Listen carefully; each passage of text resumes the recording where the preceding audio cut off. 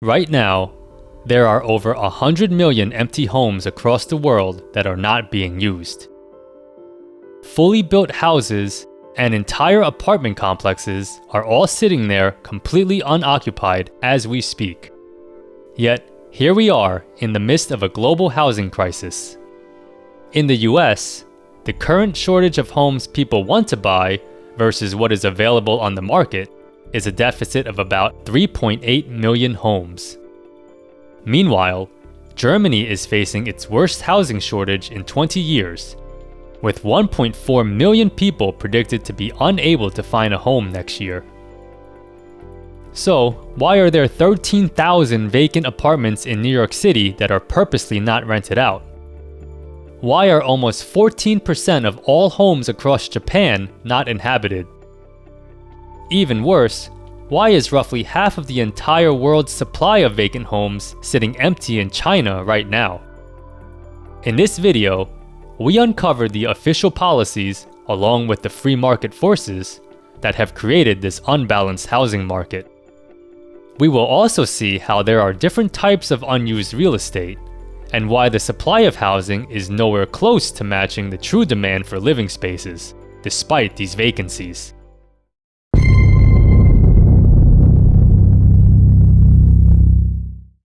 Let's start with a breakdown of just how many empty homes there are in the world.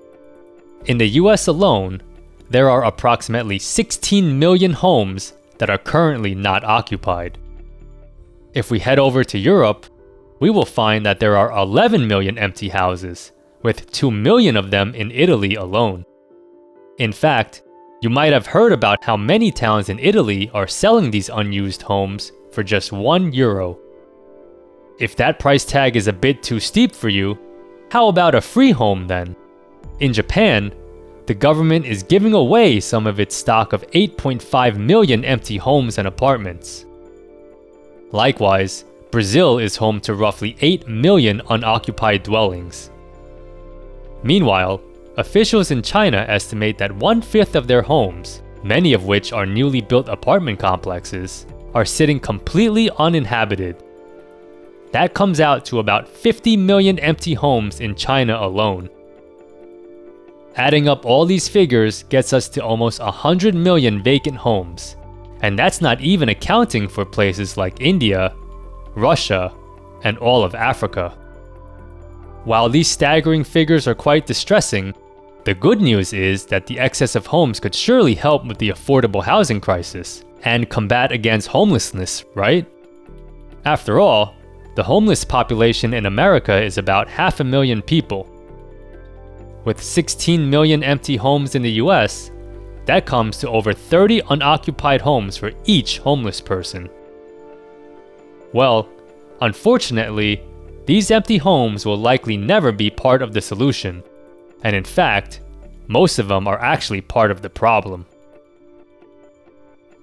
To understand why these empty homes will not help solve any of our current housing issues, we first have to figure out why these properties are sitting there deserted in the first place. In New York City, those 13,000 empty apartments are sitting there unrented due to the local rent stabilization laws, which limit how much a landlord can raise rents each year. Many of these units are in need of renovations to put back onto the market. But if landlords can only raise rents by 3 or 4% each year, then it is actually not worth it for them to invest money into these apartments.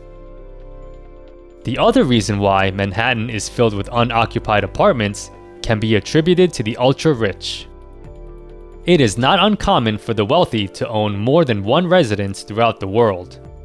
Of course, they can only be in one place at a time, so if they own 3 or 4 different homes across the world, then it is likely that each one will sit uninhabited for a significant amount of time.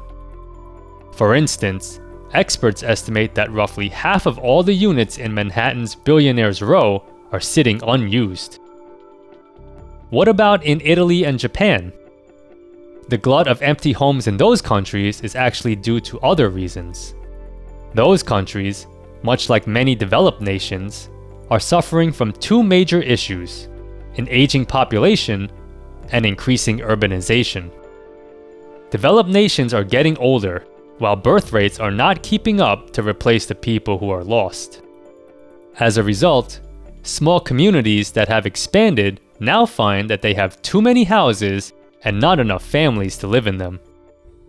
On top of that, those that are left have been migrating away from rural and suburban areas to larger cities where there are more abundant economic opportunities. Therefore, the homes that are left among the countryside are simply getting abandoned, since there is little incentive for the current generation to stick around. Meanwhile, Brazil faces another set of issues. The fifth largest country in the world is also a vacation hotspot, which has led to the construction of numerous rental homes across the country. But these short-term, Airbnb-type rentals have caused prices of homes and rents to increase as well. As a result, locals simply cannot afford to buy homes or even pay for their existing rent, so many have abandoned their residence. Therefore, Brazil's empty home issue is primarily due to a lack of affordability. Then we have China. How do you arrive to the point of having 50 million empty dwellings? Well, it starts with an economy that is driven by real estate, along with a government that actively encourages the development of large-scale projects. State officials and developers anticipate that the country's 1.4 billion citizens will continue to move to urban centers, so they have built up massive cities with hundreds of apartment towers waiting for people to move into them. In fact, China used more concrete during a recent 3-year stretch than the US did throughout the entire 20th century. But due to a mix of all the problems we just previously mentioned, an aging population, unaffordability, and housing speculation, China's residents have not made the mass migration to these pre-built locations. As a result, these ghost cities now sit completely empty, just waiting for Chinese residents to become richer to buy these unused units.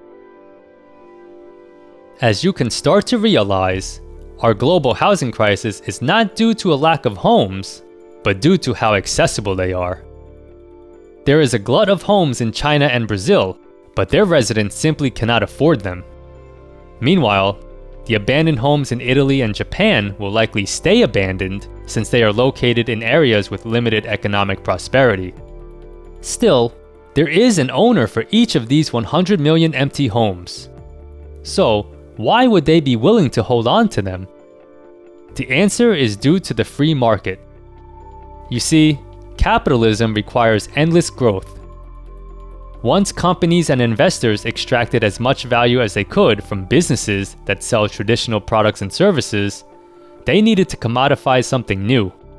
So, they turned to real estate. Therefore, housing, which was once seen as a basic human necessity, transformed into an asset that could appreciate. Assets that can appreciate are eventually hoarded by the rich. Governments did their part in encouraging this shift as well, since more real estate activity would boost their GDPs and their tax revenues. So, current landlords are willing to hang on to their empty homes simply because they are economically incentivized to do so. Let's look back at those 13,000 unrented apartments in New York City. If an apartment requires $100,000 in renovation costs, but can only yield an extra $300 of rent per month due to rent control limits, then it would take the landlord almost 28 years to recoup their initial investment. But the landlord knows that the housing market is designed to favor long-term appreciation, so they speculate that the value of their unit will also increase. They also know that their local government doesn't levy any extra property taxes on vacant homes, so their quote, carrying cost is quite limited as well. If their apartment is currently worth $1 million and real estate values in New York rise 10%, then they would actually make $100,000 each year, which is a lot more, with a lot less work, than renovating it and renting it out. When prices go up faster than the cost to hold a property, homeowners realize a net positive, regardless if they keep their home occupied or not. They even have an incentive to keep their empty home off the market during a housing crisis, since that helps amplify the perception of a supply shortage. A lower supply will then contribute to more substantial increases in home prices for all owners in the market. While it sounds pretty bleak, there is hope. There are some countries that have actually figured things out and maintain a very low level of unoccupied homes. For instance, in Denmark, only 6% of homes are empty. How do they achieve that? First, the government only allows residents of Denmark who have lived in the country for at least 5 years to buy a property. Second, they actually make it illegal to leave a property vacant for more than 180 days. If a home is empty, the landlord must either rent it out or sell it. Similarly, just 3% of all dwellings in England sit unused. There, they impose a capital gains tax for non-residents, a tax on corporate real estate owners, and an inheritance tax for any property worth over £325,000. While these measures seem strict, they make the carrying cost and opportunity cost to not use a property a lot higher, which has led to a reduction in empty homes. So, it's entirely possible to make the housing market a bit more fair, since there are real-world examples of exactly how to do so. Ultimately, homes are built for people to live in, not to be seen as an investment instrument that can be speculated upon. If we believe that, then we should all push our governments for reform with that sentiment in mind. Be sure to check out our other video on what would happen if we all can't afford a home. So, what do you think? Is it easy to find affordable housing in your local market? Would you consider moving to a country that has an excess of empty apartments? Let us know in the comments below. Also, please like this video and subscribe to keep learning. As always, thanks for watching.